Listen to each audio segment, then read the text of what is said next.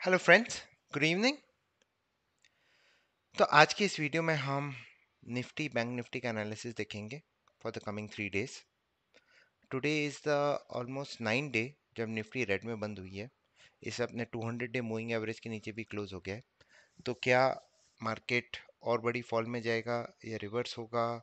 कुछ गेन के रूल्स हम डिस्कस करते हैं जिससे हम मार्केट का नेक्स्ट मूव पता कर सकते हैं। तो फर्स्ट देखते हैं क्या हुआ। ये निफ्टी देखिए लगातार 9 दिन से गिरे जा रही है और आज 200 डे के नीचे बंद हो गई है। पर देखिए हम दो इंडिसेस को फॉलो करते हैं, एक तो Nifty which is widely traded और एक और इंडेक्स होता है जो है हमारा सेंसेक्स, राइट। अब आप सेंसेक्स का ये चार्ट देखिए। सबसे पहले देखिए बजट डे लो के अंदर ही चल रहा है अभी तक, उसने डबल बॉटम बनाया है आज इधर। दूसरी चीज़ है 200 डे के नीचे भी है। अब बहुत बार ऐसा होता है कि जो इंस्ट्रूमेंट वाइडली ट्रेडेड है, जो लेवल्स बहुत सारे लोग देखते हैं, वो एकदम से टूटते हैं, विप्सा होता है और मार्केट ऊपर चली जाती है। तो अभी अब सेंसेक्स में हम देखेंगे, क्योंकि सेंसेक्स अभी तक वही फॉलो कर रहा है, तो हमारे लिए बहुत इंपॉर्टेंट हो जाता है कि हमें अभी देखना है कि भाई सेंसेक्स का 200 डे मूविंग एवरेज है 58,465 के आसपास और ये अभी तक बजट डे लो के अंदर ही ट्रेड कर रहा है।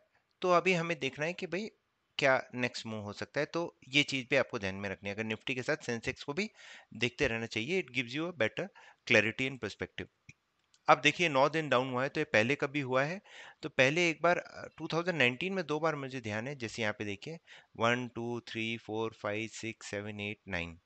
जनरली गैन का एक रूल होता है जो कि आप बहुत सारे बुक में पढ़ सकते हैं। If a price is rising for 9 consecutive day at a stretch then there is a high probability of correction for 5 consecutive days।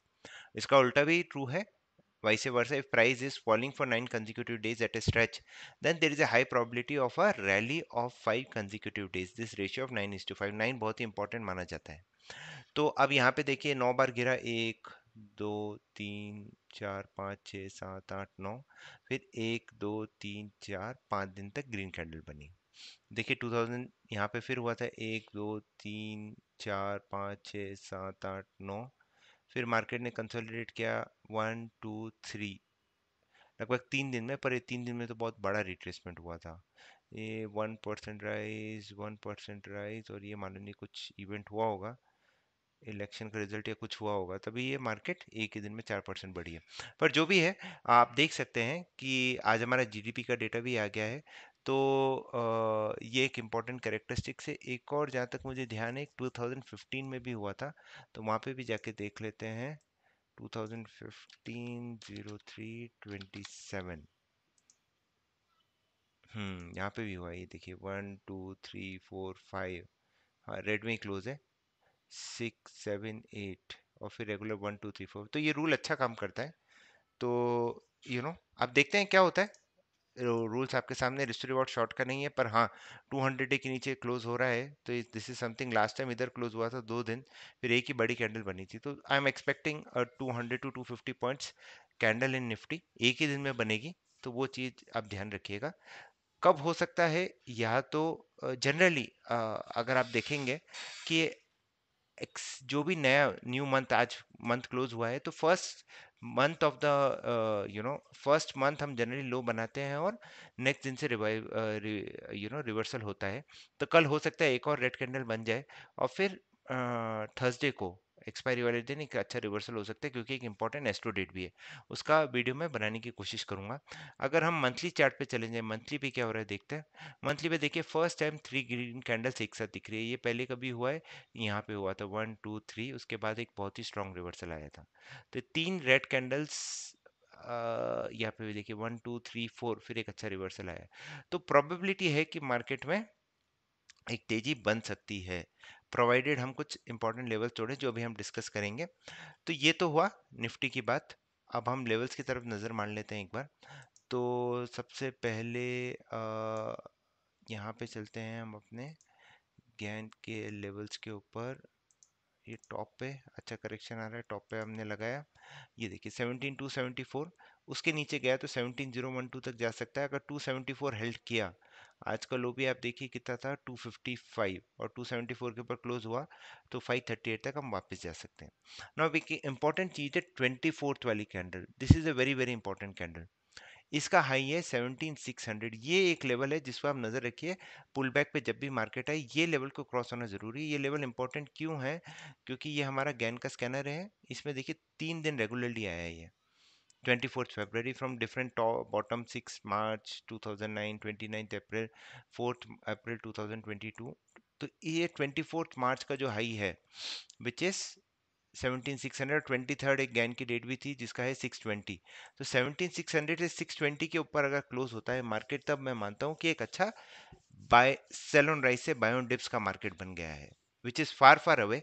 It's almost 300 points away, पर 300 पॉइंट्स मार्केट एक ही दिन में देगा, एक ही दिन में कवर करेगा based on this reversal patterns as and when it forms.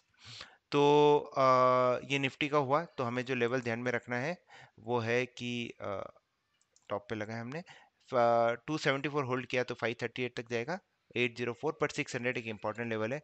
और 274 ब्रेक किया तो 17,012 तक के भी आने के चांसेस हैं। अब हम बैंक निफ्टी में चलते हैं।